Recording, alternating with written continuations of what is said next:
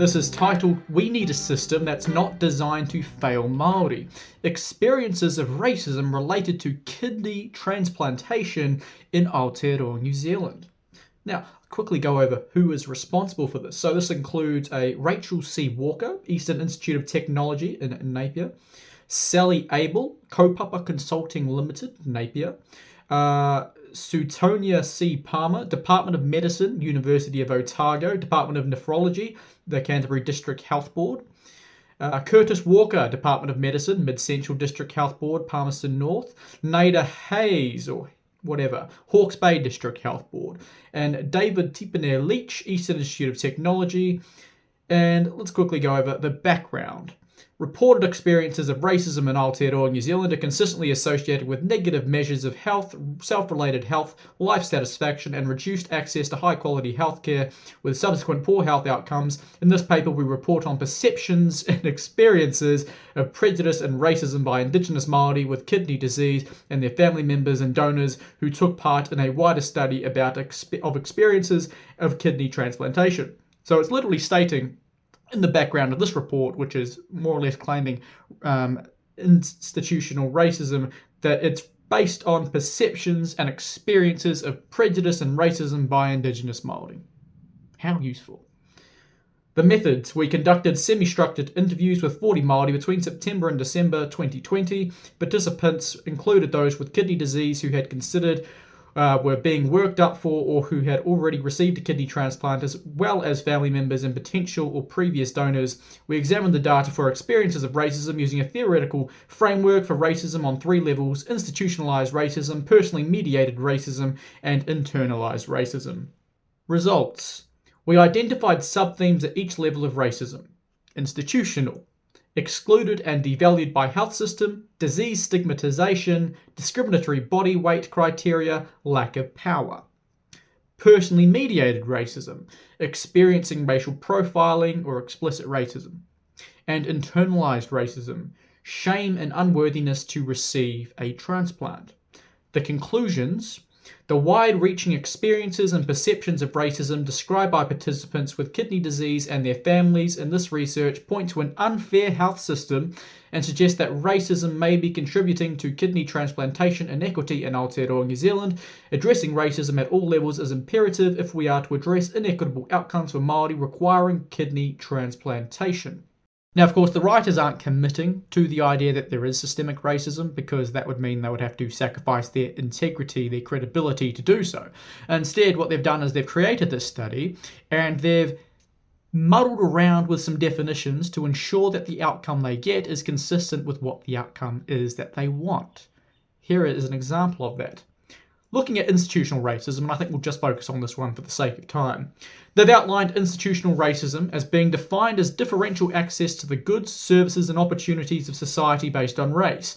It is derived from structural racism that privileges white people across institutions and society and is codified in the policy practices and resourcing of health and other institutions.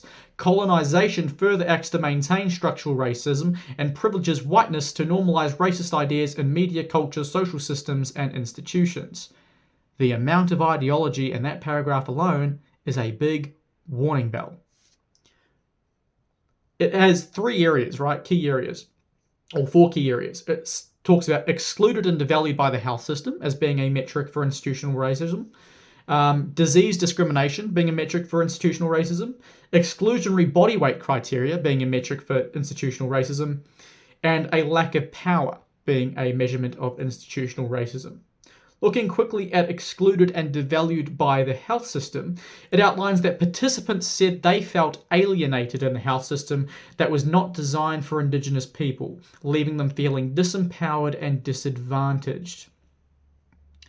So essentially, because the health system isn't designed to cater to specific cultural practices or give them a Māori nurse or give them this or give them that, it's automatically systemically racist, because someone's self-perception is that they are less valued and that they are excluded purely because the system's aimed at getting them the best health outcomes rather than a full cultural experience. Do you know how utterly ridiculous it is to claim that there is systemic racism just because there are not people on board to cater to absolutely every single ethnicity or culture that someone may affiliate with. That is the most impractical expectation of any health system for starters. Imagine if you have people with 100 different cultures coming on any given day. You need people to cater to 100 different cultures. That's ridiculous. You cannot just cater to everyone's tikanga, everyone's culture. It's impractical. It's not racist, it's not institutionally racist to do so.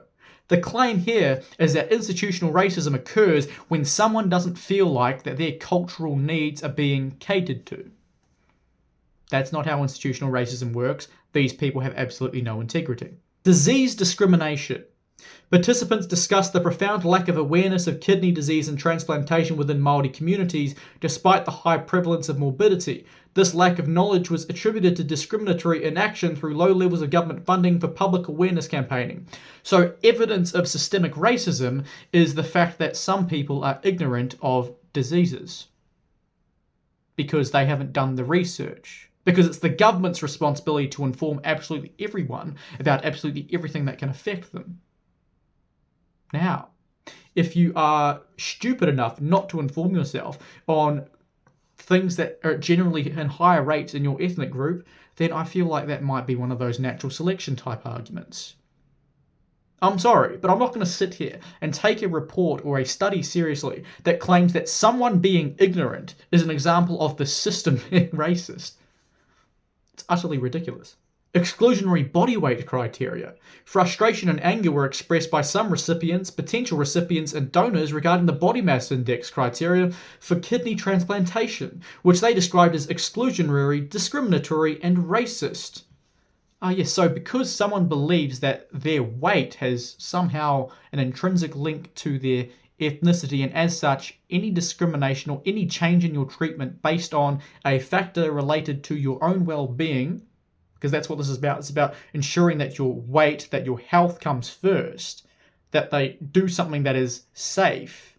That's somehow racist, even though your weight has nothing to do with your ethnicity. Now, sure, there are higher rates of obesity in certain ethnic groups, but making policy designed to account for certain health differences, that's not racism. That's called health. That's called science. So that's another implementation. The fact, body weight, let's just get this out of the way. Body weight is not race. So the fact that that is being outlined in relation to systemic racism is utterly absurd. Lack of power. Participants described feeling unacknowledged within the health system, such that their individual and collective concerns were not heard and understood. Over time, many felt isolated and disconnected. I don't see anyone on my side, and became despondent in advocating for themselves. How do you fight that when you are down at the bottom of the pile? So again, this has absolutely nothing to do with ethnicity. This is someone's personal belief that they don't feel like they were being listened to. They don't even mention ethnicity or race as a reason why they're not being listened to. How is that a valid criteria for racism? That's not institutional racism. That is the people in the system behaving in a way that you don't deem as them listening to you. Okay? Perhaps they are listening to you and you're just mistaken, because this is perception-based, right? This is the perception. It's utterly ridiculous. Now, we'll go down to actual evidence that was used to reach the conclusions in this, because that's something that you didn't afford me, so I'll afford it to you. Here is an example of someone saying that they felt excluded and devalued by the health system. For Mum's tangi, 3 or 4 day funeral of course, her brother missed his blood work. And the staff not really understanding the kaupapa that is at play, that is really annoying for me. I know that a Māori person would understand that and the perspective, and that's why it pisses me off. So an example of institutional racism is that someone's tangi didn't really work into the need for blood work. If that is what we're clutching at straws with, to claim institutional racism in this country, then I'm sorry, but institutional racism simply isn't occurring. That is the first example of people being excluded and devalued by the health system based on race. I needed to go to Waitangi and so my brother missed out on his blood work. Or I needed to go to Waitangi but they wouldn't let my brother go because he needed blood work. Seriously, you're in the health system to get support for your health. I'm sorry if someone has passed away. It is not racism that you need your bloods done. Like, for goodness sake. And you wonder why. These are the kinds of reports people will cite me and say institutional racism exists.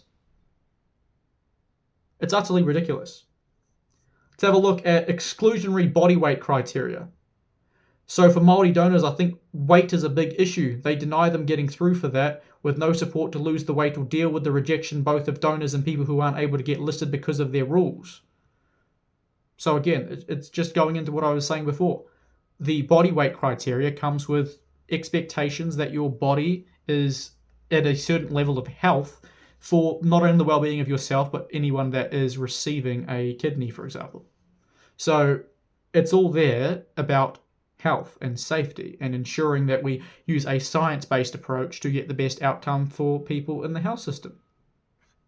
It's not institutional racism, it's called common sense. The point I'm making here is this is literally a study based entirely on the perception of Māori. Entirely the perception of people in the system based on metrics which aren't even consistent with institutional racism at all, whilst claiming that they are evidence of institutional racism. The people who wrote the study have absolutely no credibility. And this is not just a one-off study. These are the sorts of things that happen all the time that people use to argue systemic racism. It is nonsense. It is pushing ideology. That is all it is.